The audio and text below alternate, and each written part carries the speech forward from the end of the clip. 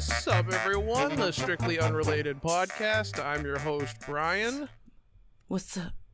Everybody? That is Emma reporting from a high-security prison. Again, can't describe where she is, but all you need to know is that the branch of the government handling her, which remains anonymous. Listen, I told you, be careful. You don't want to expose too much. Listen, the government funding that's keeping this podcast running is going to run out if you expose it, okay?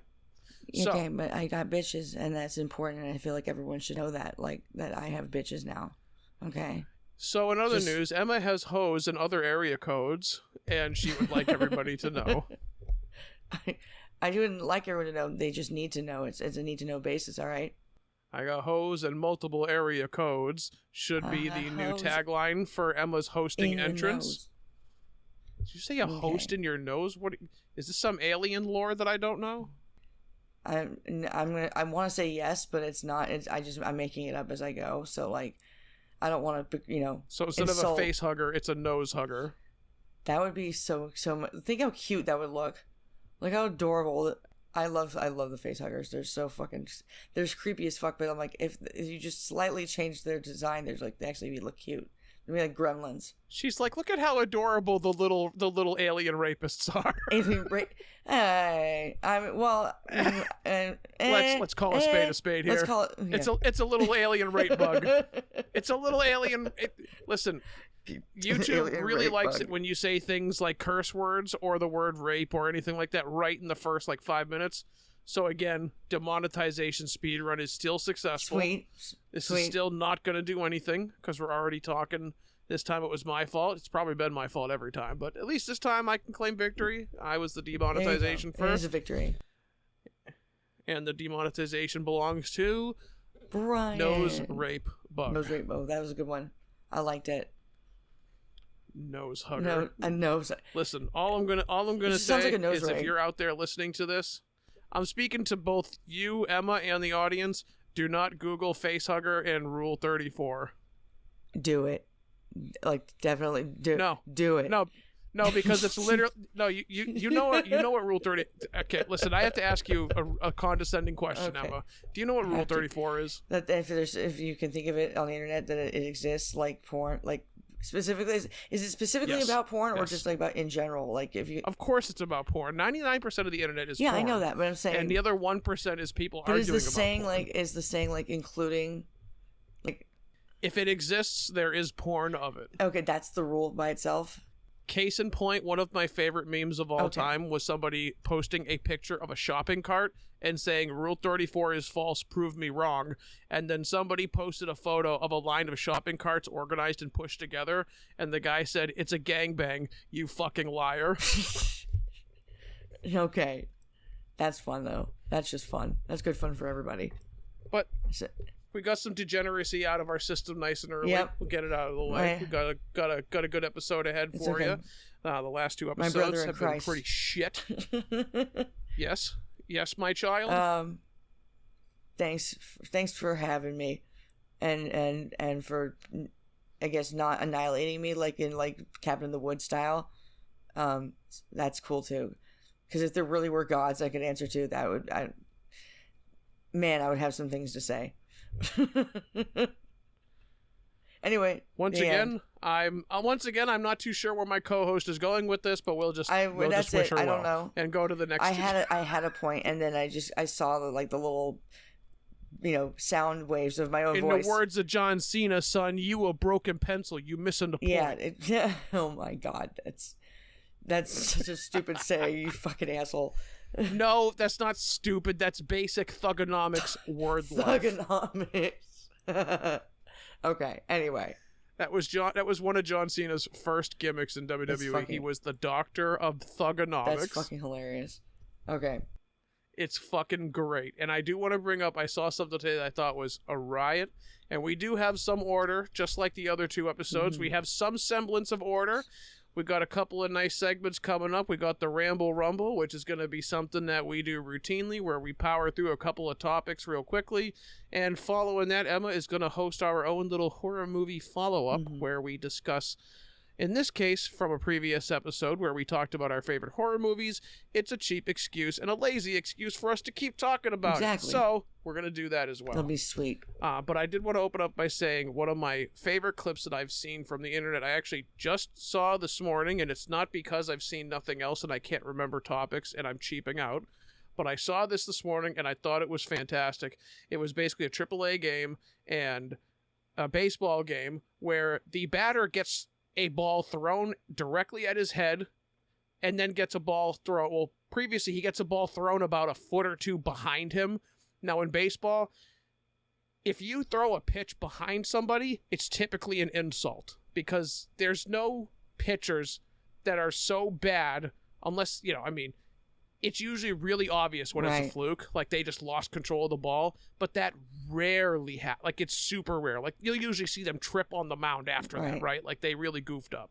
You throw a pitch behind somebody as a way of telling them that you either disrespect them or you're going to hit them.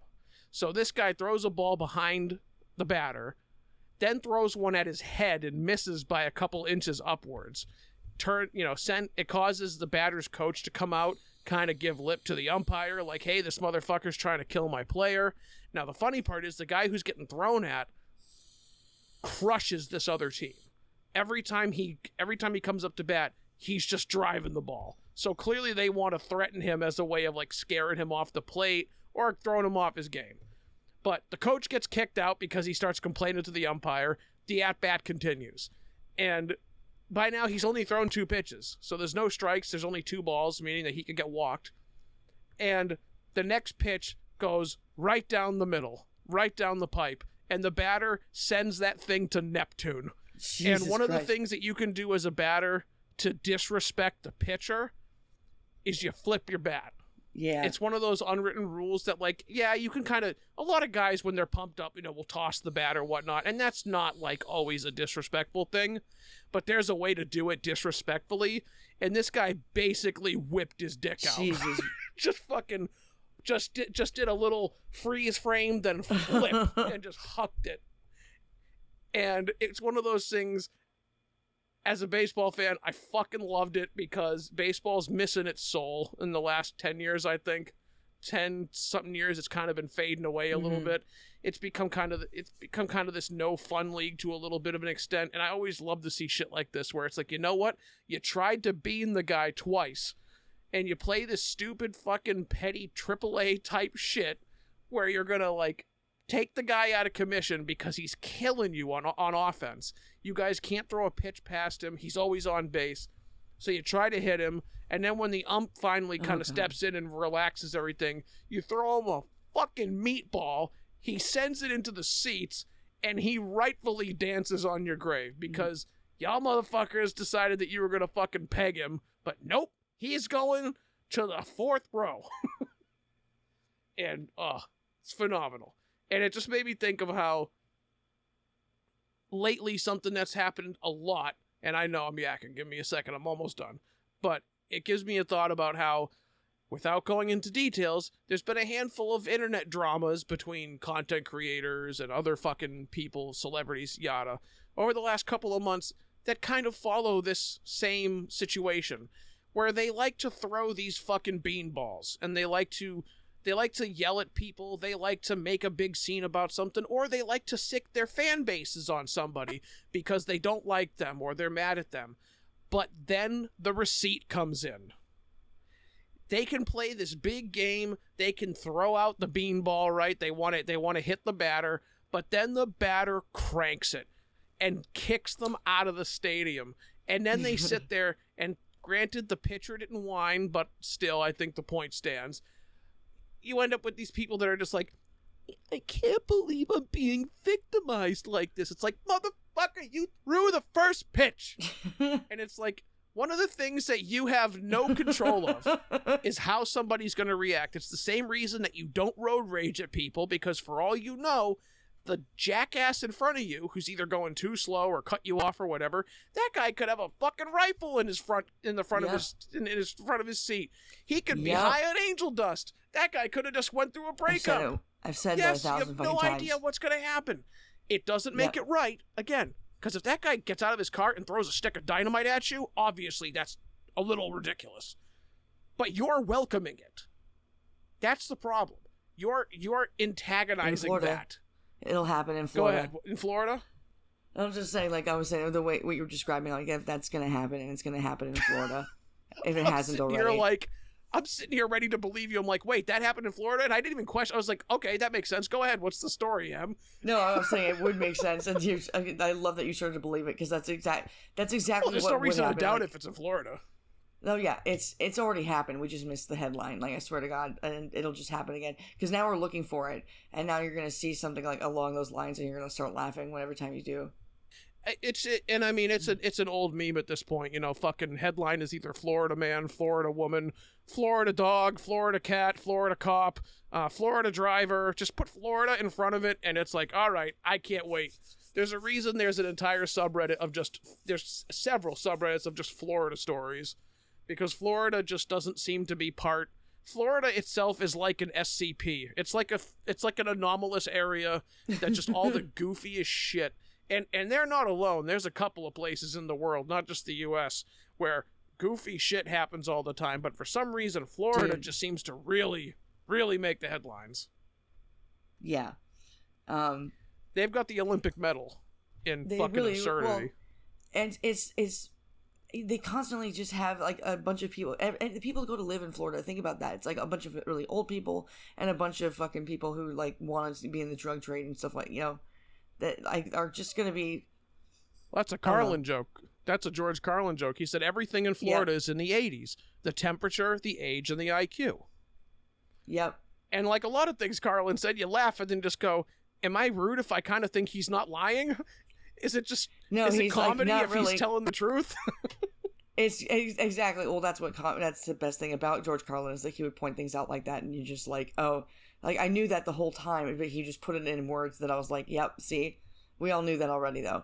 And that's the problem. That's something that's most of why I adore George Carlin so much, because he's not afraid to actually... Like, the thing is that a lot of Trumpers go, like, he tells it like it is. He tells it like it is. No, he tells it like you want to hear. That's a conversation I loathe every time I see it, when someone tries to talk about, like, how what would Carlin think, and like I hate ascribing thoughts. Yeah, go ahead. Sorry. I'm glad that he's gone, because I'm glad that he doesn't have to fucking deal with this shit and see the absolute just shit show that this entire country has become, like, especially like modern politics. Oh my God, he would have a field day. And I'm like, at the same time, I'm a little bit selfish, and I'm sad because I'm like, yeah, I would absolutely love to hear his bit. Like, I can only imagine. Well, because he was incredibly intelligent, and not only was his work ethic, dude. He was a real figurehead also of counterculture as well. As much as that guy was mainstream, absolutely. That was a guy that started off as a squeaky clean, comic in the late 50s, when he was like fucking 10 years old, when he was a little, when he was young, and like his little suit and tie and his no facial hair and his slicked back hair. And then the 60s happened and he was like, nah, I like weed a lot more and I like actually thinking for myself. And then we got the actual real birth of what would become George Carlin. And I hate the conversation around it, because I really do sincerely think he would be treated somewhat... I think he would have a Bill Burr type presence. And I don't say that just to grease up Bill Burr yet again, because he's my hero. But I say it because Bill Burr, I think, occupies a same space. Because Bill Burr gets laughs from conservative types. He gets laughs from liberal types. He's the kind of guy... And he can, Chappelle's kind of in that boat, but he leans a little bit, I think, right for some people. I still don't think he's as right wing as people think he is. But, again, I think Carlin would occupy a space similar to Bill Burr, because Carlin said a lot of shit that would not fly at all with his political party. Yeah. I mean, this is a guy that walked up there and talked. This guy has a bit called the feminist blowjob. Like, there's a lot of things that he said that, one, he would not apologize for, and two, he would. This is a man that opened a show with an abortion joke. So this guy, he's definitely not a conservative, which is hilarious watching these conservative types. But I think that's actually more of an entrance for some of the conservative types to say, look at what this guy's actually talking about. You're not that far away from either center or a little bit left on some of your politics. You know, just laughing at Carlin alone. It's like either that or you're not hearing his jokes. And again, Carlin was never strictly one side or the other. He made fun of, he was very much like South Park. He ripped on a lot of people, and it wasn't, you know, he was clearly left-leaning, but he was not someone who shied away from making fun of the fucking hippie liberal types. He did not shy away from making fun of the rednecks, from making fun of the war profiteers. But we could sit here and talk about Carlin for, I could talk about Carlin for another 90 years. I could talk about it, same. So I'm listening to you talk about it. I'm going like, I have all these thoughts in my head because I've had this conversation so many times. Well, let me pass it to you for a few minutes and then we'll move on. I don't want to steal all the spotlight from you. Go ahead. No, it's fine. I didn't really have anything to say there right there because you're speaking about Carlin and it's like exactly the same way that I feel about it, you know? And I think he's edgy enough that he would still be welcomed. But I think he would occupy, again, that space that Burr does. I think he would still be very popular, but I think he would be somewhat polarizing amongst, like, you know, he's on our team. And it's like, dude, he's not on a team. He's on his team. If he wasn't, he wouldn't be George Carlin. Like, that was the thing about him. It wasn't like he was trying to be controversial. It's just that when he would talk about things, he would say controversial things because he would toe that line. Whereas, not toe the line, he would jump over it and back and forth over it between, like, liberal and conservatives and what he's making fun of. He makes fun of the entire system. He makes fun of people in specific. Oh my God. Like, he there's nothing that's off limits with him. And that's what the most amazing thing about him is. It's like, you know, when you're listening to him talk, you're listening to him, like you said earlier, just tell the truth. It just is what it is. And it's not at a certain point, like, what point does it become comedy? Well, because of he's genius. He's absolutely genius, and there's nothing, like, there's no comedian that could ever live up to his work ethic and the wordplay that he, oh my God. I have several of his books, and it's just incredible. Oh, it's incredible. I could go, like you said, I could go on about George Carlin for fucking hours. He's a guy that in my life growing up from birth till now, I've gotten to see and experience a few of my, like, media heroes, whether it's in movies, music, comedy, entertainment. You know, I've gotten to see The Undertaker live. He's my favorite wrestler. I've got to see him live a couple times before he retired, thank God. Mm-hmm. I've got to see Bill Burr in concert. I've got to see Rob Zombie. I've got to see the New England Patriots. I've seen a lot of things that I've wanted to see, and he was one that I never got. I haven't yet.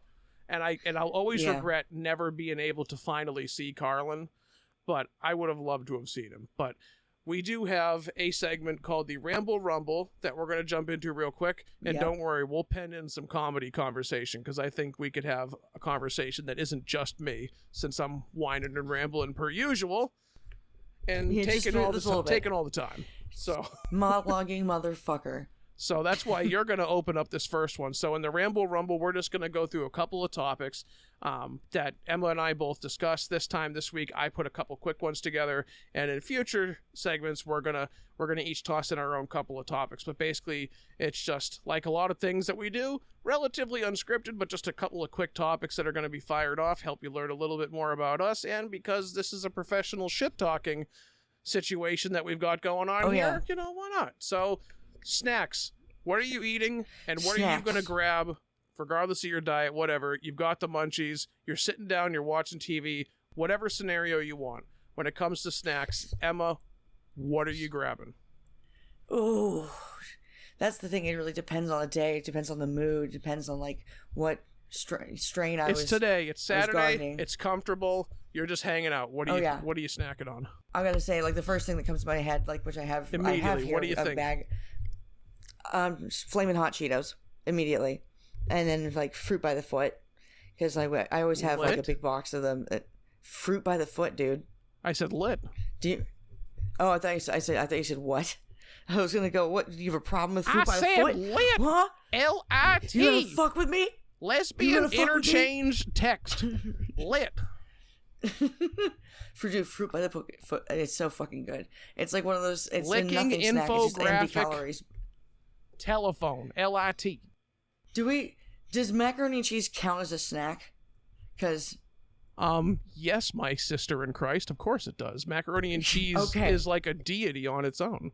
You're talking to a fat ass. Macaroni and cheese is a food category for me.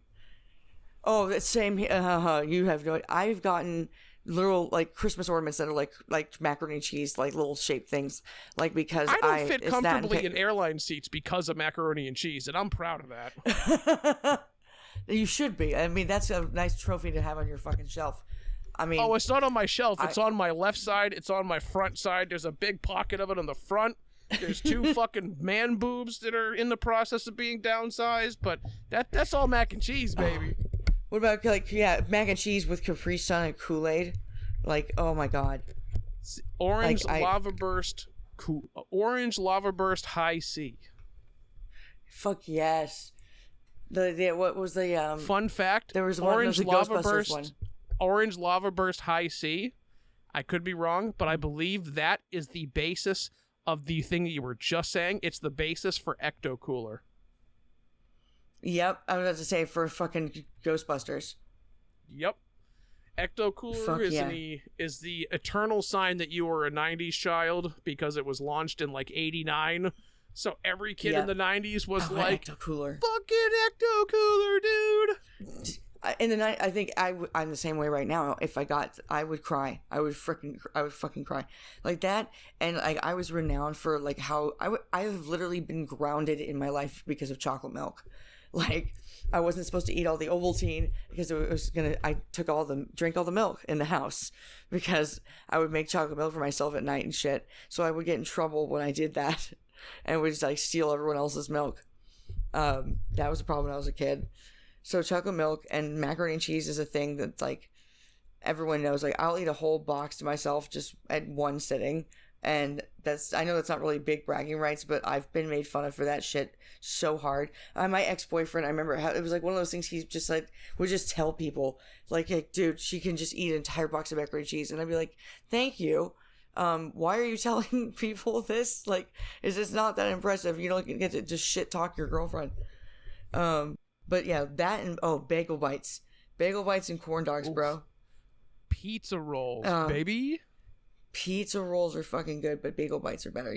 However, you need like an air fryer. You cannot make them in the microwave. It doesn't work. See, pizza rolls are delicious in the microwave, but they are way better in the air fryer. I will agree. Yes, the air fryer is everything. When I was the last place I was staying at, they had an air fryer in there that they just put it in there the last couple of weeks I was there, and I was like, oh, I want to take it, just steal it and take it with me.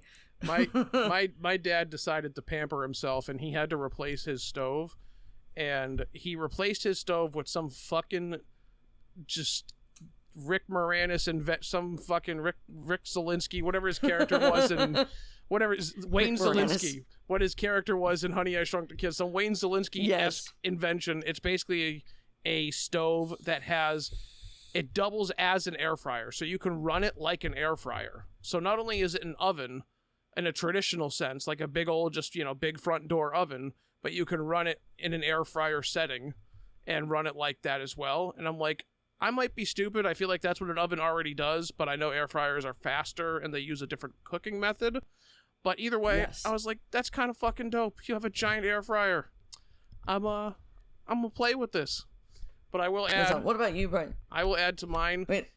If I was a Pokemon, my weakness would be Little Debbie cakes. Dude, I was about to say on the class chart, fire versus grass type, I would be weak to the Little Debbie cake type. That's pretty that's pretty much the same with me. Like I have the most insane sweet tooth. It's like ridiculous. Like I like chips and stuff like that, but like for me, like, which by the way, my favorite chips on the fucking planet are Zapp's Voodoo flavor chips. Oh my god, if you've never had these chips, do yourself a favor and just get that shit in your life. I'm not a huge chip person either. I don't know what I would pick for my favorite, but I can't. You say Zapp's? Zapp's, it's a brand, like, especially I remember maybe like, it's it was very common in New Orleans. For you Southwestern. No, taps. I think it's actually a New Orleans thing, because that's where most people, like, that's where that comes from. Interessante. But anyway, but so the snacks though, we were talking about snacks. My Patronus would be a strawberry shortcake roll. Little Debbie cakes. That's what you said. Dude, strawberry shortcake rolls. Which ones specifically? Like, because I love anything strawberry Hostess shortcake too. No, No, that's not the. Are you? What I've kind said it of 3 basic? times. Have you not heard me? I know. I know, and I'm ignoring you because I'm like, he's kidding, right? Please, I think you're like he's telling me a joke. Just you're because just you with me. like some mid potato chip doesn't mean you get to shit on my choice all of a sudden. I'm just like, I'm not just shitting on it. I'm just like, that's not the right answer. Listen, weren't you also the one trying to tell me that Raising Cane's is good food? Oh, don't even fucking try it. I fucking love Raising Raising Cane's Cane's. is trash. Second topic Raising on the Cane's Ramble is Rumble is going to be delicious. movies. Delicious. Their chicken, their little chicken strips, Dude, solid the 6 fucking out of cane 10. sauce, though. 6 Bro, out of 10. The sauce, it's like maybe it's an like, 8. It was better the second time I had it. All right, I'll give it credit. The French fries, 2 out of 10, trash. The coleslaw, 2 out of 10, trash. The Texas toast, a war crime, not even worth eating, absolute garbage. And again, the main course, the chicken, is only a 6 out of 10. I've had it twice now. That's not enough, clearly, because there's people. Every time I've gotten like the garlic bread, it's like nice and toasty and delicious. Like I don't know what happened with your shit. Yeah, you know what's on garlic bread? Garlic. Do you know what's on Texas toast at Raising Cane's? Lies. They take half a hot dog bun and they put butter on it and they call it Texas toast. They're frauds. And the best part is where I am in my town, because I know this isn't the first time I've complained about them on this show, because I'm fat as fuck and we're on episode 3 and this is the second Raising Cane's rant we're going to hear. But it's right across the street. It's right across the street from Chick-fil-A. And those homo-hating motherfuckers make a better chicken than these guys. And it's really funny to see them across the road and have a line down the street, and the Raising Cane's can't manage more than three in a pickup window. And it's like, it's because my favorite, though, suck. And they're expensive on top of that. Yeah, well, that's my next point. Like, there's a place in the southern states called Cookout. That is the best place in the world to eat, because like you can anything, like it's like a combination of any of the things you could get at Jack in the Box or get at Raising Cane's or any of these other places that you could go like late at night. And it's just there's 2 sides of the menu, like when you go to the drive-through, there's like 7-Eleven makes better chicken than Raising Cane's. Fight me. Okay, I'm not. Oh my god, I'm not going there. Number 2, do you still go to the movies? I was in the middle of saying something. No, that's okay. I'm not interested. Do you still go to the movies? Why or why not? You're such a fucking asshole. I've run out of interest in this conversation. Okay. Just go ahead. Go ahead. Tell me why 7-Eleven's chicken wings are not better. No, I'm not going down that road. You're fucking baiting me, and then you're punishing me when I go for the bait. You fucking asshole. I can't take notes. You see, I won. We don't have to talk about it anymore because I gave her to give up. Oh my god! No movie. What do I still go to the movies? That's your stupid fucking question. She's like, I'm busy. I'm busy putting a bomb together so I can mail it to you, she says. Exactly. That's exactly what's happening over here. If you feel me just kind of zoning out, that's because I'm building. I can hear the springs and the clicking and all the stuff being put together, but good luck. Listen, all I'm going to say is good luck getting your hands on plastic explosives out there. Well, I mean, there's a lot of meth labs out here. I'm sure they can help me out in some way. I'll figure it out. That's true. You are being held in a government facility too, so there's probably something in there. But listen, exactly. I'll tell you what, we'll make it up. For the category of movies, specifically, do you still go to the movies? And explain. Is there something? What's the last one you saw? No. And is there a movie coming up that you want to see? I'm broke and I don't have a car, so going to the movies has been a difficult thing. I haven't been to the movies in years at this point, literally since before COVID. It's not like I was opposed to it or anything like that. It just didn't happen because as I mentioned before, I don't have the means to just go to the movies. So usually what it is that I'll end up waiting for the movie to come out on some streaming service like Dune 2 and things like that. I would have loved to see Dune 2 in IMAX, but like I have to watch it at home on Max, and it's basically between my family and I, it's free. So like that wins for now. But whenever I do go back to the theater, it's whatever movie I see needs to be epic, because it's been like literally years at this point, and I went to film school and it just doesn't feel right. I still feel like it just hurts that I haven't been able to just go to the movies. But, you know, whatever. Wait a minute, you're broke, unemployed, and you went to film school? Are you sure you're not an AI? Shut the fuck up. That's okay. I'm unemployed. I have an unemployed pass, audience members. I can make that joke too, okay? Listen, we're making a podcast. If you don't assume that we're unemployed already, I don't think you've ever listened to a podcast before. That's exactly it. Like, that was the prick. That's the only reason this finally started, because we realized, like, oh my God, we're both homeless at the same time. We should totally, do the podcast. Well, one of us is homeless. We say Emma's homeless because we don't want to give away the agency that currently has her detained, but I am not homeless. I do live in a home. There's gonna be people who listen to this and think that I'm actually detained in a facility. But that makes you more badass, because it makes you mysterious, and the people that actually take it seriously are gonna want to know, like, oh shit, is he like interviewing like a serial killer or something like that? And listen, serial killers are hot. Just saying. Yeah, that's true. I think the last movie I saw in theaters. Sorry, go ahead. No, nothing. No, go ahead. I don't know. I don't even remember what I was going to say there. I was listening. I changed. My brain shifted. Okay, your friend and something about serial killers. I remember who it was about, but I don't remember what I was going to say. Let's just keep going. I'm okay. I appreciate you trying to be conscientious of letting me talk, but yes. Just trying to see if I could tilt the train back on tracks. I'm aware of my ability to kick it off tracks, but I was just going to say the last film that I saw in theaters was Godzilla -1. And holy fuck, was that worth it? Godzilla -1 was absolutely outstanding, and I've watched it twice again since it came out on totally legal websites, and it's fantastic. I'm glad it won an Oscar, even though I don't think the Oscars are worth their weight in piss. I was glad it got some recognition, and I think it's one of those things that I am hoping, fingers crossed, exposes to Hollywood a little bit this idea that you don't have to spend $200 million on a film.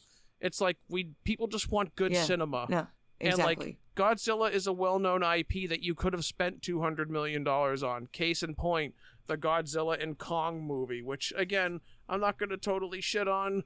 You know, it is the most recent, just like big monster. It was The New Empire was the name of the new one. And it's what it is.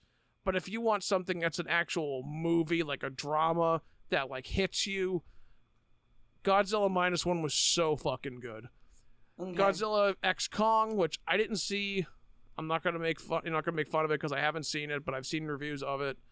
It looks like it's just another big monster punching monsters movie, which is fine. If that's what you want, I'm not going to take that down. There's plenty of stupid movies I like, but the next one that I do want to see is called Daddy Longlegs, and it is coming out.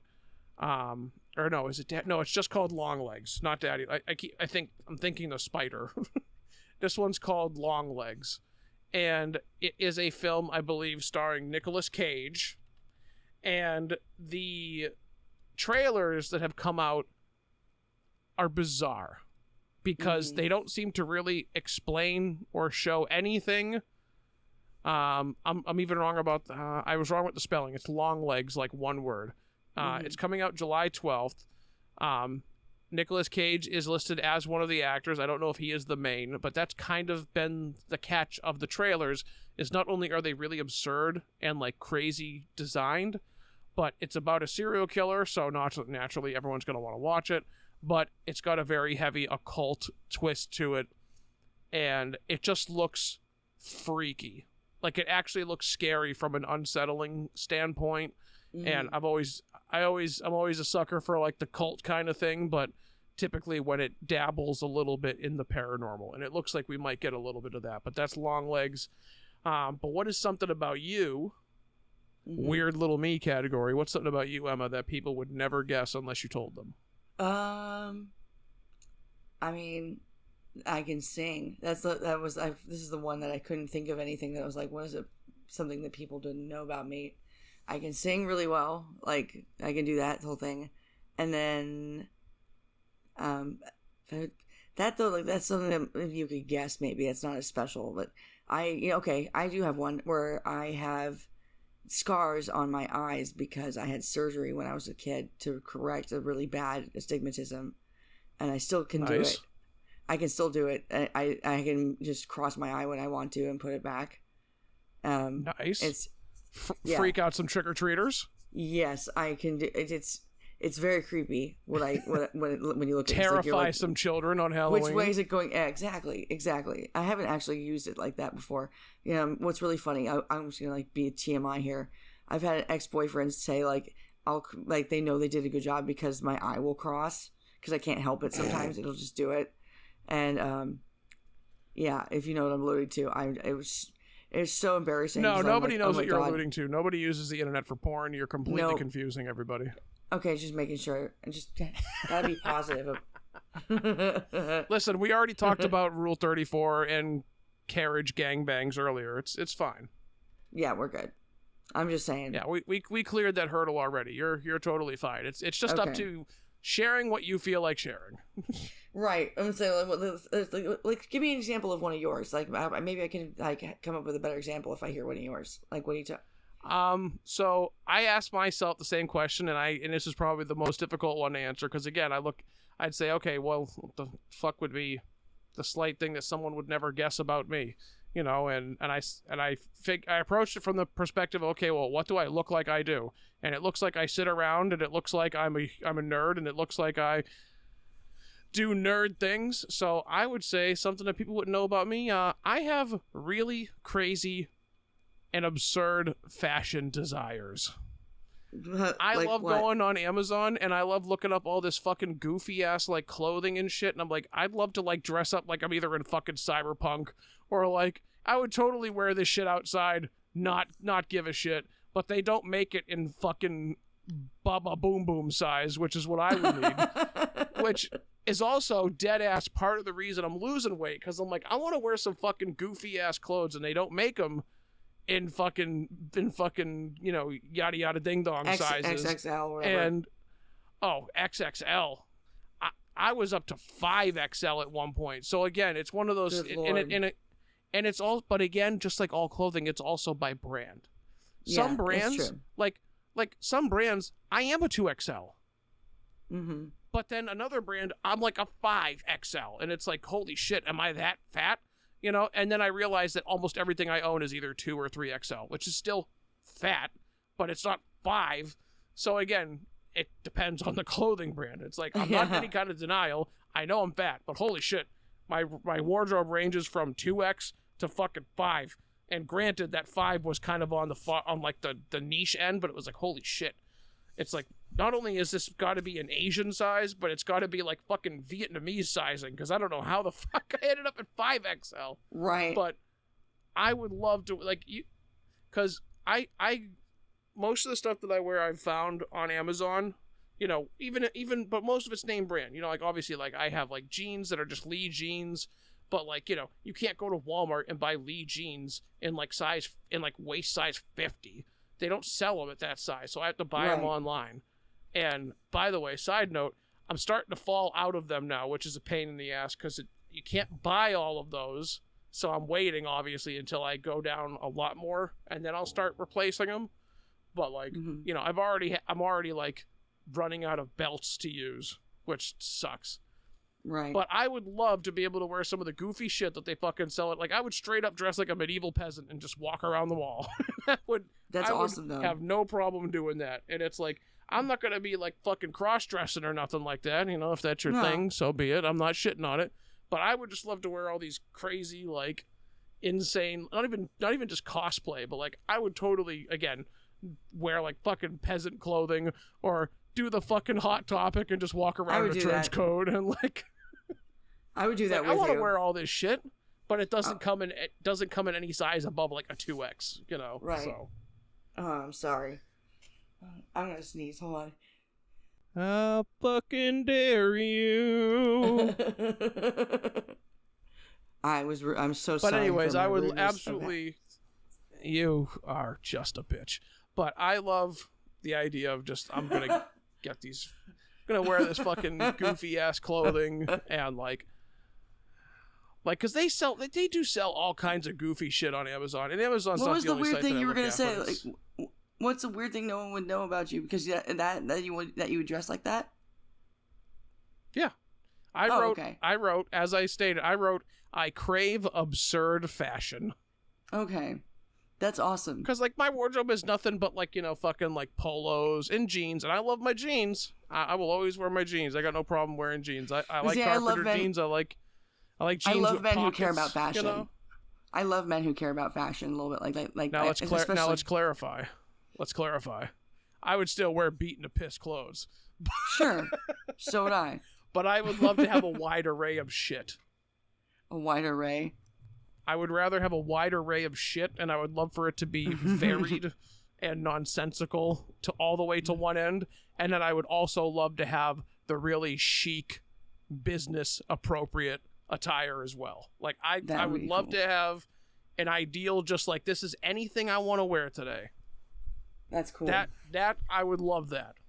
And there's a lot of dudes that think that too, and think that they're fucking gay for it. It's like, no, I just want to have a lot of shit to wear.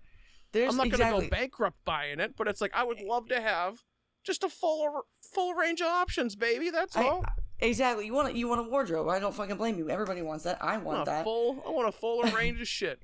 Like I saw on a website. I gotta tell you this. I'm one of my best friends, or like not like one of my. Let me start over.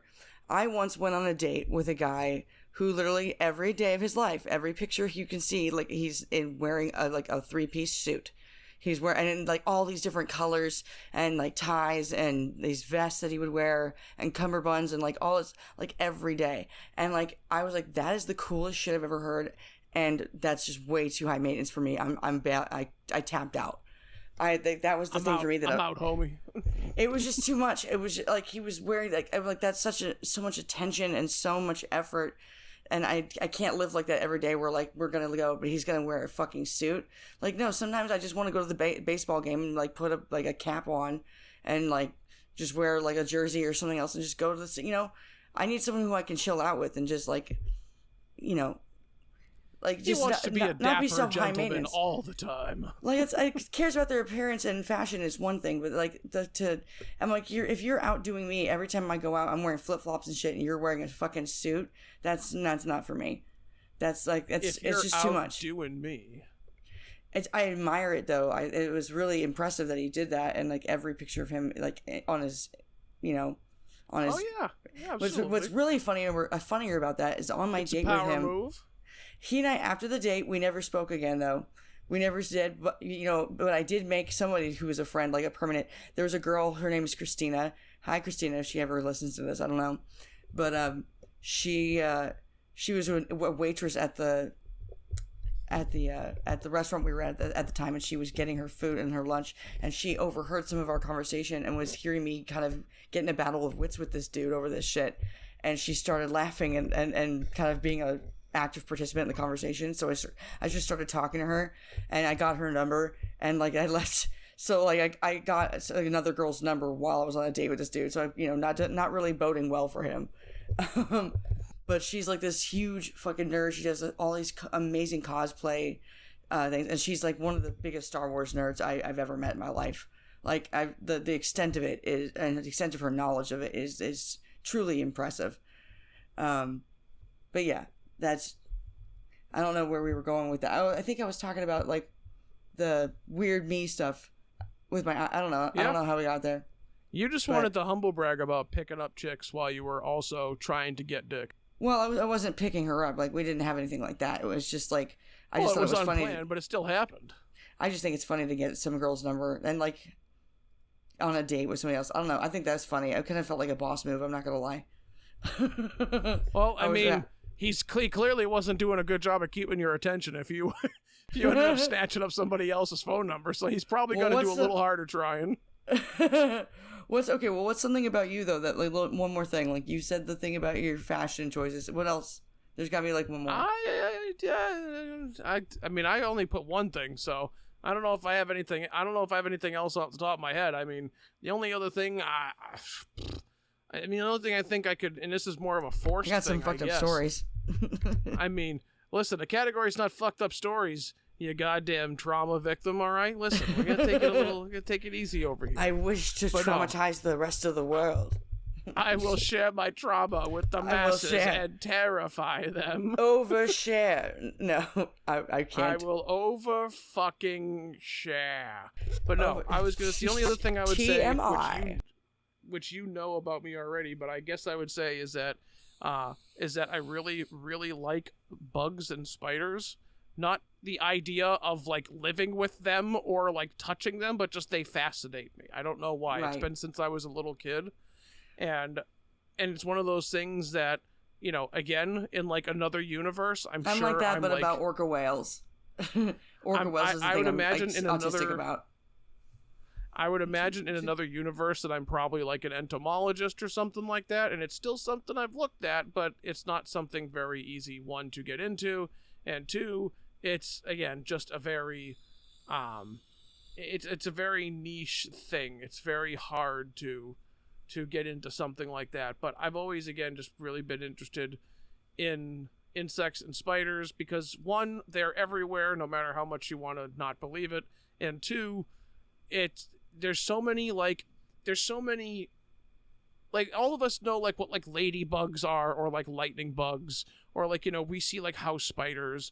You know, there's a lot of common ones we see, but it is crazy, the sheer amount of diversity amongst them, and, like, all the, like, I was randomly talking to Mike the other day, because we both kind of get little, it kind of tickles the inner child amongst us. Yeah, it was like Brian's going off about spiders in terms again. of, like, no, but like remember when you were a kid, like all the National Geographic shit, the Animal Planet stuff that our generation would get consumed with, you know, it's like a common experience. When you're a kid, you always get fascinated with animals, you know, and we were talking about, there's like this random ass beetle called a bombardier beetle that literally turns itself into a fucking nuke, and like it carries within itself two chemicals that it doesn't mix unless something tries to threaten it, and then it mixes it and legitimately, like, explodes out of its ass. Doesn't kill itself, but it creates, like, a fucking, like 400-degree temperature reaction. And hence the name a bombardier beetle. Because the resulting concoction creates, like, almost like a blinding, like, acidic effect that will chase away. And sometimes it even kills, like, the predator that's coming after them. It's like, could you imagine if a human... That would be like if you legitimately walked up on somebody and shoved them, and then they turned around and just had a rocket launcher in their hand. Yeah, exactly. And then they fired it at you. Boom, you motherfucker. Like, wait a minute. So I love that kind, because there's tons of that shit. Spiders and bugs. There's so much of it. But this concludes Brian's trailing off about spiders and bugs yet again. You're like fucking Gil Grissom from CSI. Like, that's why he's one of the best characters that's ever been on network TV. That's true. That is very true. And this was something you asked for. I tried to move on. But okay. Speaking of which, so since Emma's thirst for the spotlight is peaking, listen, I'm a guy. I think my culture is allowed to be victim blaming. Yeah, I'm allowed to victim blame. I identify as a victim blamer. You can't shame me now. So the next section, we're just going to do a quick follow-up. It's just something called a horror movie follow-up, because we like to, as you can tell in the last couple episodes, we like to talk about horror movies because we are both huge horror movie fans. And Emma is going to lead us through a conversation now. Why don't you introduce the subject to us? Well, basically, we're going to talk about like the idea of horror and what really scares you. Like, you could continue diving deeper than more just like, oh, this is a jump scare, like that scares you, sure, but like, what is it about certain movies that just speak to you in a certain way that like, just, what makes it scary? Yeah, exactly. What, like, there's some movies, like horror movies, you're just gonna see that like that was a great movie, but it's you know, didn't necessarily scare you. And then some horror movies, like, the reason they're so good is because it's one of those things you watch, and every time you watch it, you get scared, genuinely scared of whatever you're watching. And kind of just the notion of it. I was saying that, like, at one point where we were talking about our favorite horror movies, the top 5, and I think that was like, you know, it's movies, so we have to stay in this particular category. But like, for me, the best horror I've ever seen has been done by Mike Flanagan, because I think the Haunting of Hill House is pure fucking art. I am so passionate about it and so intense about how good that fucking series is. It's only the one-time series. It's just the one season and that's it. And that's what's so good, fucking amazing about it. Like the anthology of Mike Flanagan's work, because he also does this I think it's the Haunting of Bly Manor, and then there's also it's the Midnight second time Mass. he's been on this. He's the second time he's been on the show, because the first time was for Oculus. That was also a film. Yes. Yes, that was the movie that we accidentally skipped for you in your list. Whoops. You jerk. I know, what a fucking bitch I am. Fuck just bitch, let me tell you. ADHDing the fuck out. Anyway, but I mean, jerk. That I think that basically, like, you haven't seen Haunting of Hill House right now, but like basically it's been based on the Murray Shelley book, I believe. It's what is it with the 5 kids? That like it's a classic story. It's also The Haunting with the it's one of the with few Liam classic Neeson. stories I've never actually really known. Right. Well, I don't know if it's Shelley. I might be completely fucking out of my mind on that, but for some reason it's coming up. I mean, you're probably out of your mind, but I mean, definitely I am a little bit, but basically, But that's why you're on a podcast, because we're exploiting you for entertainment. It's just this particular show, though, like The Haunting of Hill House, the emotion involved in it and the depth of these characters is so out there. Because what happens is, for the first 5 episodes, you get one. There's 5 siblings, so you get one each at a time, kind of telling their side of the story, and you kind of find out more about this house as you go along. And it's holy shit. Like, there's different episodes where, I would even say, like, if you're going to watch this, which I absolutely recommend, if you've had a problem with recovery in the past, episode 5 might be difficult, because it's one of the most realistic depictions of what it's like for somebody who's trying to go into rehab and keeps getting put out in the street because, either their own mistakes or whatever's going on. It's just beautiful. Like, the story that they were able to tell with just the camera work. Like, there's an episode in episode 6. To support you, not to interrupt, to support you, yeah. It was based on a novel of the same name from 1959 by Shirley Jackson. That's what it was. I knew I was thinking Shirley. Thank you, Shirley Jackson.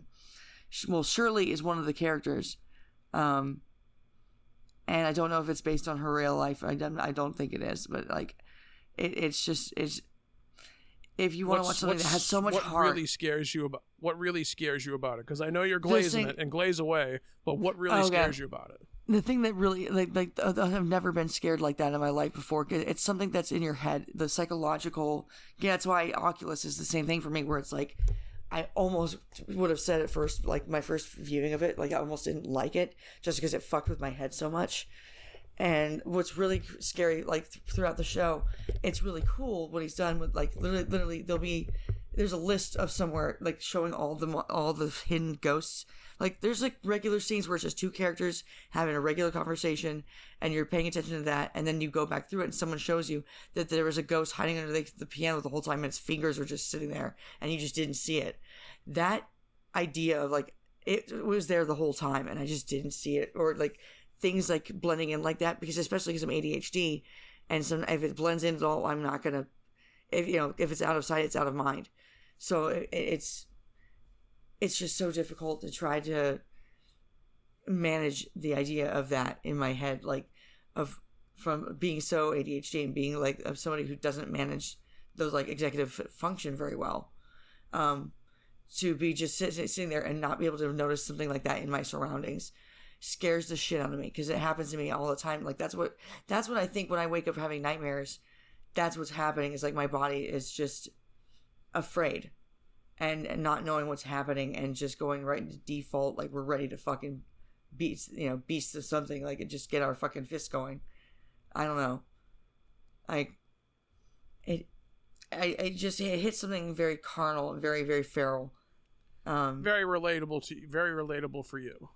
Yeah, well, specifically, there's a woman, and one of the characters, Theo, is very sensitive. Like, she wears gloves the entire time, because if she puts her hands on someone, she can see their pain or see their, emotions and what's going on. So she becomes a childhood therapist, and she busts, like, child rapists and child molesters, because she can just, sniff it out, literally. And that, when I first saw this, I was actually in school. I was in the master's program that I was studying for social work. And it came out at the same time, so I related to it a lot, especially because there's a point where she kind of goes into the mind of the child who's being abused, and like it just nails it. The series just absolutely nails, like, that's exactly what that is. That's exactly what it's like, and that's exactly how that would manifest, speaking from experience. So it's just absolutely just a gorgeous series, and it's also, you come to care about these characters so much, and you just become so invested, and it's also just, it's fucking terrifying.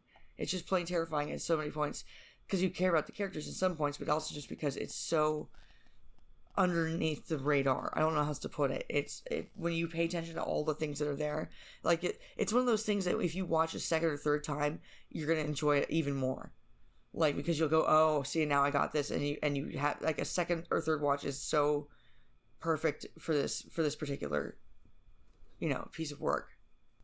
What do you think? Yeah. Like, what?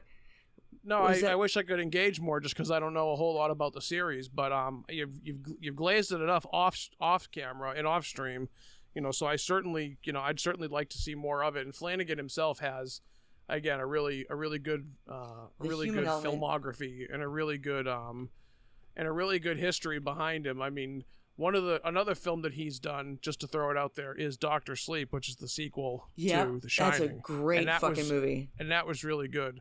And as a fun tidbit, I'll also just throw it out there that, of course, this motherfucker was born in Salem, Massachusetts, because of course he was. Because of course he was.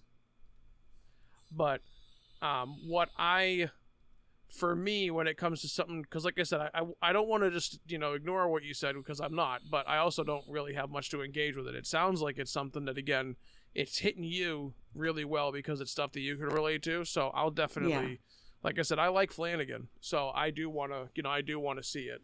I think it's his best work by far. I mean, in the 6th episode, there's a scene where literally the camera doesn't break for like half an hour. It's just one shot. It's like 1.5 hour long shot. And it's a half-hour uncut shot. Yes. Giggity, giggity. But also, no, yeah, it absolutely, it's so fucking cool, because what happens is like the dad is around his kids again, and they're all grown up, and he hasn't seen them all together in a long time. So there's this cameras going around in a circle around the group, and at first you see all the adults, all the characters of the kids, and then when it loops back around, it's the child actors who play the child version of the main characters. Mm-hmm. And so, because that's how the dad sees them. And I know that there are people I've talked to about this who are parents who are like, dude, that was like a bomb. It's like an atomic bomb for parents, because it's exactly how they see him. Like, it shows like, yeah, no, like, I don't care how many years it's been. When you look at your kids, you still see them as these little babies. I don't care how old they get or how big they get. Mm-hmm. And yeah, because I did a super quick Google of it, and it looks like it is a 17-minute one take. That's it. Yep.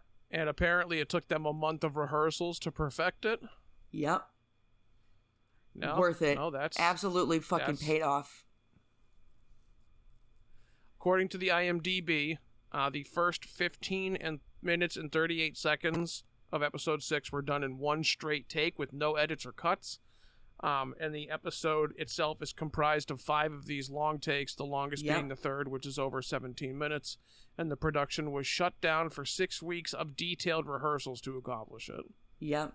And that's the thing. There's the whole episode is like bonkers. Yeah, the entire episode is a grand total of 5 shots or 5 takes, because each one is like hella fucking long. So it's like 17 minutes and 13 minutes and like over and over. It doesn't just work, Brian. It doesn't just like work anything. It's just art. I'm telling you. Like, when you're watching it, you're so aware of it, and it works in terms of a storytelling mindset. It works in the mood of what you're trying to what the scene is imparting. Yeah. So like I said, I feel bad because I really want to add, but I guess the best I can do is just add my.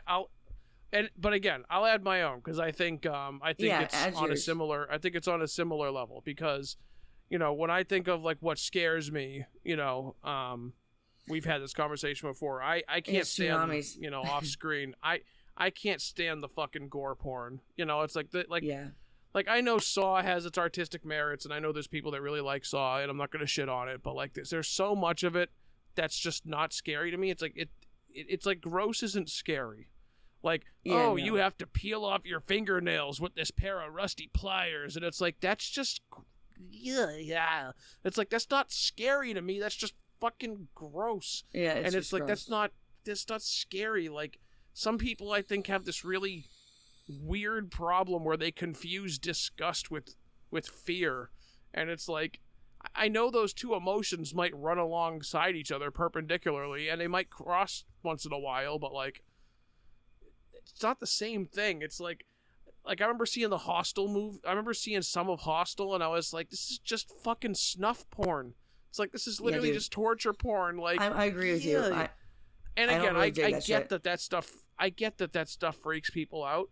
But again, that's disgust, Yeah. I mean, maybe I'm wrong. Maybe I'm wrong. I'm wrong about a lot of things. But no, I don't think you're wrong. Maybe that actually does scare people. But for me, it's the cosmic horror stuff.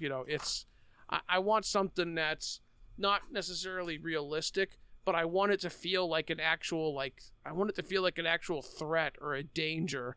I'll go ahead and play into your hand a little bit and say something really easy for like something that's really scary for me would be something like Alien, where you don't see anything having to do with it for like the first half of the movie. Like you don't even see the goddamn thing.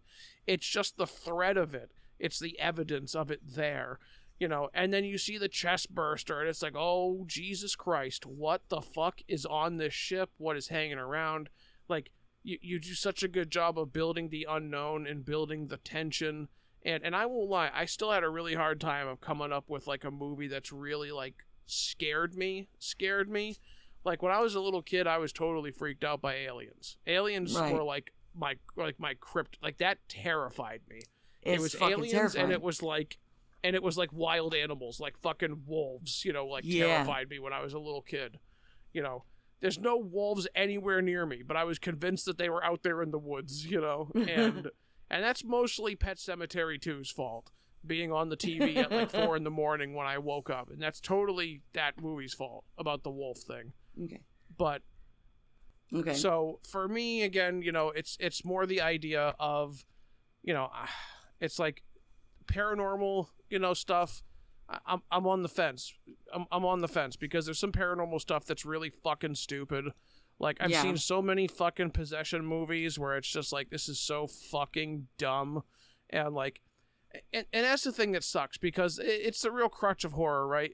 Because in the old days, right, when you had your slasher crazes, your slasher killers, it was legitimately just here's a bunch of shitty, stupid people you don't like. And you're really rooting for the killer the whole time because they tend to be shitty people, with the exception of like, Halloween where like Laurie Strode was not like some scumbag, like you rooted for Laurie to beat Michael. But like, Friday the 13th, Freddy, it's like you never really gave a shit about the characters. Not really, you had some exceptions. But it was just like, nah, we're just here to watch a bunch of disobedient teenagers get killed and thus get taught a lesson about listening to their parents, by having them get fucking hacked to pieces, But like, I don't know, like sometimes those things can be done well, but I don't know. For me, when it comes to things that are actually scary, I had a really hard time of coming up with. I'm again a sucker for like the kind of like. I'm kind of again a sucker for a little bit of the. I'm trying to think of the right word to phrase it on, like. I don't like heights. Heights bother me. Heights bother me from a strictly just like I don't like heights, but in terms of like a concept, like a horror concept, I'm just gonna say pretentious because like I like the stuff that's like existential horror tends to get me much quicker and tends to do much more for me. Like, there's a game, and I won't spoil it because I really do think it is worth playing, despite the fact that it's, like, almost 15 years old, I think. Maybe 10 years old, called Soma. And it has a lot to do with consciousness and, like, the concept of being and like, you know, and like non-being and all this really lofty kind of shit, but it's done really well. And it's a game that really doesn't have a happy ending to it.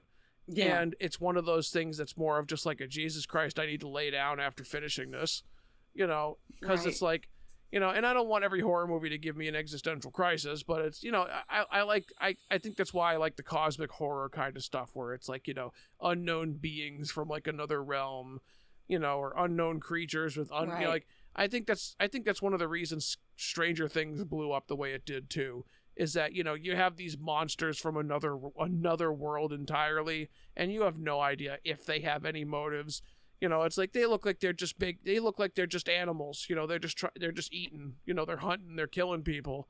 But at the same time, they're alien. They're from another world. You don't know like what they really want. You know, or if there is some other motive to them invading this world. You know, and then obviously as Stranger Things has gone on, there is now more intelligence to that. But it turns out that's kind of human. You know, but I like stuff like that. And I like stuff that gets more, because that freaks me out, right? It's the stuff. I think the simplest way I can put it is the stuff that really scares me is the stuff that your brain fills in the dark spaces in your room at night. Yeah, I say that's why. I mean, everyone knows, anyone who knows and not me just at all, people, but things. Right. But I'm saying people, anyone who knows me at all knows my favorite movie and my favorite anything of all time is like the Aliens thing. And there's so many times where I look at it and I'm like, why though? Why is it exactly? Like, that's what I've landed on and fixated on. And that's exactly it. It's a fear of the unknown. It's a fear of these, like, where the fuck did they come from? Which is why I personally can't fucking stand Prometheus. We're going to pretend like that movie doesn't fucking exist. Well, it's also because it's trash, but, you know. It is trash. God damn it, Ridley Scott. Anyway. It'll always be defined by that one stupid death scene where that chick did not know that she was capable of running left or right. Yeah, exactly. I can't remember the scene 100% clearly, but I just remember seeing that giant goofy wheel ship rolling, and the fucking captain just being like, "I'm just gonna run in the straight line, and I'm gonna be totally safe." And it's like, "Run to the fucking left, bitch!" Yeah. and of course she gets fucking. I think it was Charlize Theron, right? But yeah, she gets like fucking squashed. Oh, that I was like, I remember sitting there in the theater, and kind of like looking around and just being like, "Did we all just see that?" Yep. She just kept running straight, didn't she? I'm not even going to talk about that movie. It's such trash. But like the point, Go ahead. It's the whole thing is that it's so trash. It's like I can't even. I have an actual like that movie's a hate crime to me. Like it's like almost me personally, you know, like just fuck Emma in particular. But the other horror movies that I really like the thing is like I have a big fear and it's weird and it's a random and there's no real reason for me to have it except I remember in March of 2011, that's when it happened, the Japan earthquake, because I've always had a thing about earthquakes because I grew up in California, of course, and but like what happened was when I saw the footage of that day, I remember specifically there's something that weirdly traumatized me. I was watching this footage of these people who were up on a roof and there was like barely any water in the street. The cars were still there, everything's okay, and they're screaming. And literally if you just skip to the end of the video, which was 1 minute long, 1 fucking minute, and the next thing you see, like cars are being swept, like just going down a river, and like I'm like, what the fuck would that even be like? Just everything is gone. Your car, your house, everything that you cared about is just reset. Someone just like the universe just flipped the board and said, "Fuck this game." Like, I can't understand how people could like how quickly that can all just be undone. Yes, like especially with when you look at the tsunami part of it. Because a tsunami doesn't always happen with an earthquake, but when it does, like, Jesus fucking Christ, especially in that area of, like, kind of area of the world. But I remember just watching it and the water just, like, coming over, and like, it was genuinely traumatizing, and ever since then, I've had a fear of tsunamis, specifically, which is, it's not like, I've never been in a tsunami, I've had earthquakes, but, like, not even close was I was never even close to one. It's just the idea, because I know the power of water. At one point, there's people in my life who remember there was a few years where I had a big burn on my cheek, because I got burned by hot boiling water. So I understand the power of water and how, like, for 3 or 4 years, I had this big mark on my cheek. I am a waterbender. Yeah, basically. But, like, yeah, I can't tell you enough, like, how the worst pain I've ever felt in my life is a burn. Because it doesn't burn, it doesn't hurt right when it happens. It feels like it's happening again and again and again as you just sit there. Because it's just, I can't even begin to describe how much I fucking hate it. But anyway, for me, like, that's what, like, the idea of complete helplessness. Like, I'm a little bit of a control freak in my life, because that's what happens when you have the kind of the life that I've led and the childhood that I had. You get kind of this insecure attachment style where everything, you're just like, constantly kind of hypervigilant, like waiting for something to happen. And, like, that is the ultimate waiting for something to happen kind of a thing, where it's just, you know, if you're close enough to the beach after an earthquake and you see that water go out, get the fuck out of there. Every time I watch, there's a documentary I watched about which one was it? The Thailand one in 2007. Oh my god. That one, the footage from that one is crazy. There's a movie actually made about it called The Impossible with Ewan McGregor and Naomi Watts. And actually Tom Holland when he was a little youngin'. And yeah, I mean, it's Tom Holland's like 17 now, so I mean, how much younger could he be? No, he's like so funny. He doesn't age. He's fucked with that. But at the time when he was playing it, he had to have been probably about 11, maybe 12. And this is based on a true story of a family that got separated during the tsunami and then found each other, and they were all alive, which is one of the few people that could say that. But, like, finding each other is this whole thing, and it's just crazy, because the way they do the tsunami, the way they did it in the film, was it didn't give me motion sickness, but it did scare the absolute shit out of me, because I'm like, that's exactly that's my worst fear. It's just, you can't do anything. It's just water, and you're just going with it. Like, whatever happens. There's nothing, you can't even steer. I can't even. That's the most terrifying thing in the world to me. I can't fucking imagine. Drowning in general just seems like the worst. Yeah, no, and that's definitely something that when you're in a situation where you have absolutely no control over it, like you said, where, like, you know, the water's just rushing in, and it's like there's literally nothing you can do about it except just try to escape from it. And if you're in a situation where you have no ability to escape from it, you know, that's one of those peaks of, like, you know, a complete, I think that's a pretty universal one, right? Of really, like, just a loss of control. Right. You know, like I mentioned earlier off, before we started the podcast, I remember, and I actually think, and I'm going to be wrong on this, I'm just going to say that to cover my ass, but I think it was from Mortal Kombat. But there is a character, because Mortal Kombat has some insane lore. There's a lot going on. I know a lot of the, in Mortal Kombat, trust me, you don't, because I thought I knew a lot. There is a lot, but I'm serious. Like, you have no idea. Like, not to mention there's also like 1,000 characters now, so there's so much lore. Not to mention they in canon deleted and restarted the universe. So Jesus now Christ. It's just happening. Now it's just restarting again. But there's a character who's functionally immortal. Like, whenever he dies, you know, he either is rebuilt or is reborn, whatever. But he's a character that basically can't die. And as a form of punishment, the dude basically gets thrown into the fucking ocean with an anchor. Like, he's like in a cage or something like that. So that he'll constantly, so that for eternity, or until someone finds him, he is just going to be drowning and rebirthing and drowning and rebirthing. It's literally something that would make someone wish for hell. And it's just like, that's the kind of thing right there.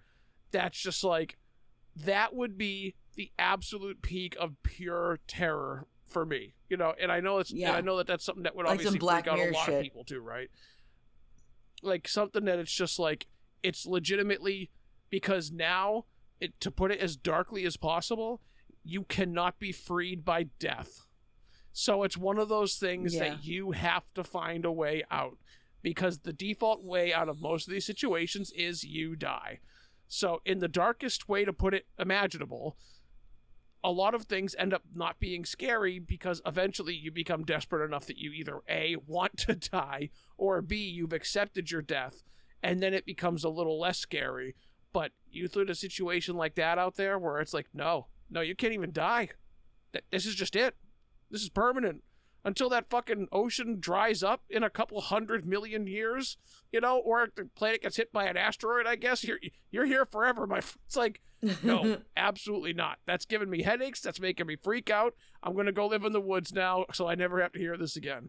But it's like, that's the kind of shit, like, and maybe that's just from being jaded from, like, seeing so many horror films and I don't even think I've seen a lot of horror films, but again, I don't mind. I'll re-stress it. I don't mind gore. I just don't like it when it's the only thing the movie's doing. Like, for the most part, I'm like when it comes to gore, I think it's most manageable when it's creature horror. One of the movies that freaked the shit out of me the most as a kid that I ended up seeing kind of by accident, actually wasn't a movie. It was a short story put to film, and it was part of Creepshow 2. Which is a collection of Stephen King stories that was put out on I think it was put out on HBO. And one of those stories was called The Raft. And it was a stereotypical, like, a bunch of teenagers, young people, whatever, are out, in the summer looking for a good place to fuck, essentially.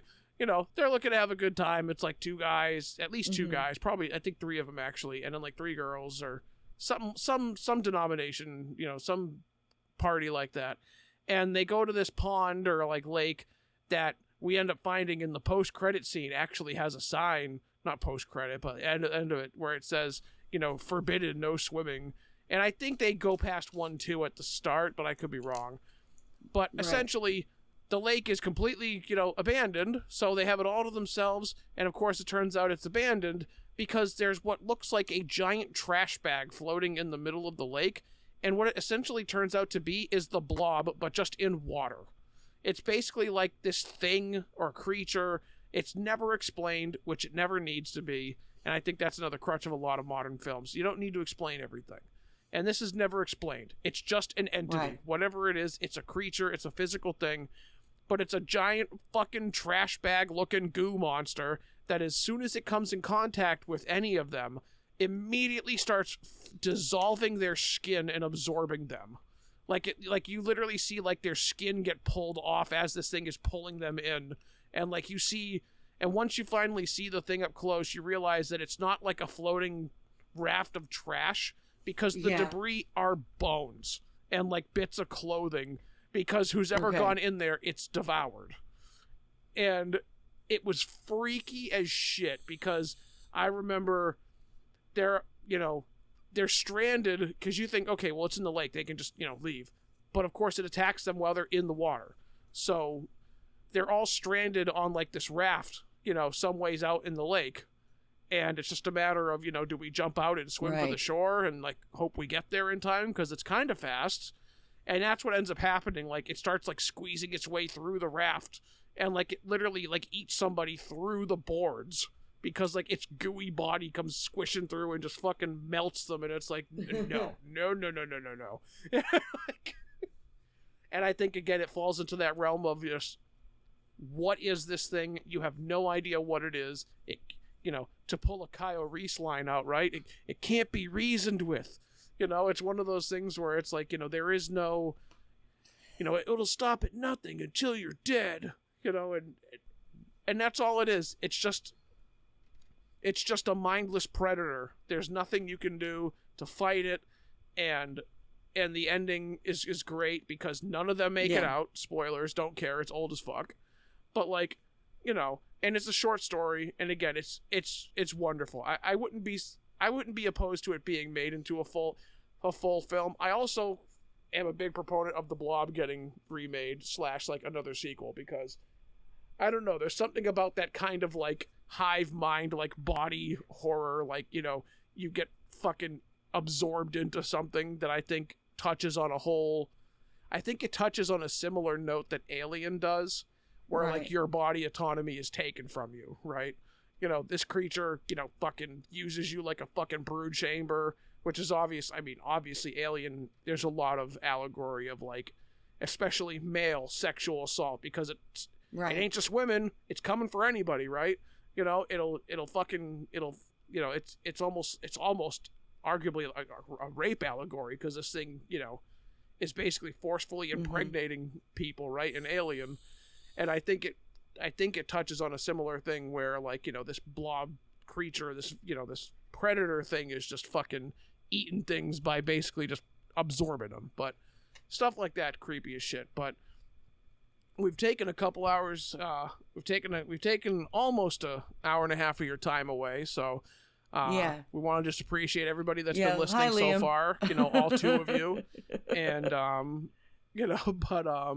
but definitely, I'm glad we got some more time to record. I know you've been getting moved around different unnamed buildings, so hopefully once you have your permanent a kennel, cell, you'll be able to keep me in the kennels. We'll do some more recording. Oh, I didn't want to give the furries anything to chew on. As soon as we say kennel, they're gonna think that you're like, a half woman, half dog, and then we're gonna have to deal with that whole demographic. And trust me, we don't want to invite the furries. We don't want to like get the wrong people involved here.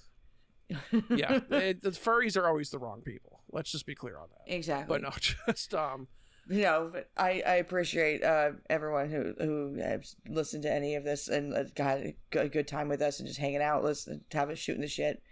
I'm hoping we get some more. I'm gonna do little like clips that I'm gonna take from this episode and the other ones and just share them on TikTok and stuff like that. So hopefully we'll get a little more going. I'm just kidding. The next time I think we're gonna play a couple games, you and I, because that's what I want to do. I want to do like a word association thing, because I think that'd be so much fun. So we can truly embarrass each other. Exactly. There you go. I knew it. I think it would be. It wouldn't be embarrassing. I think it'd be funny. Embarrassing is another word for it. Okay, fine. I think being embarrassed is a construct. Or you can just keep lying to yourself, I guess, Or I could do that. Yeah, I like both. I think I'll do both. Yeah, not shocking. You like both. Oh my god. So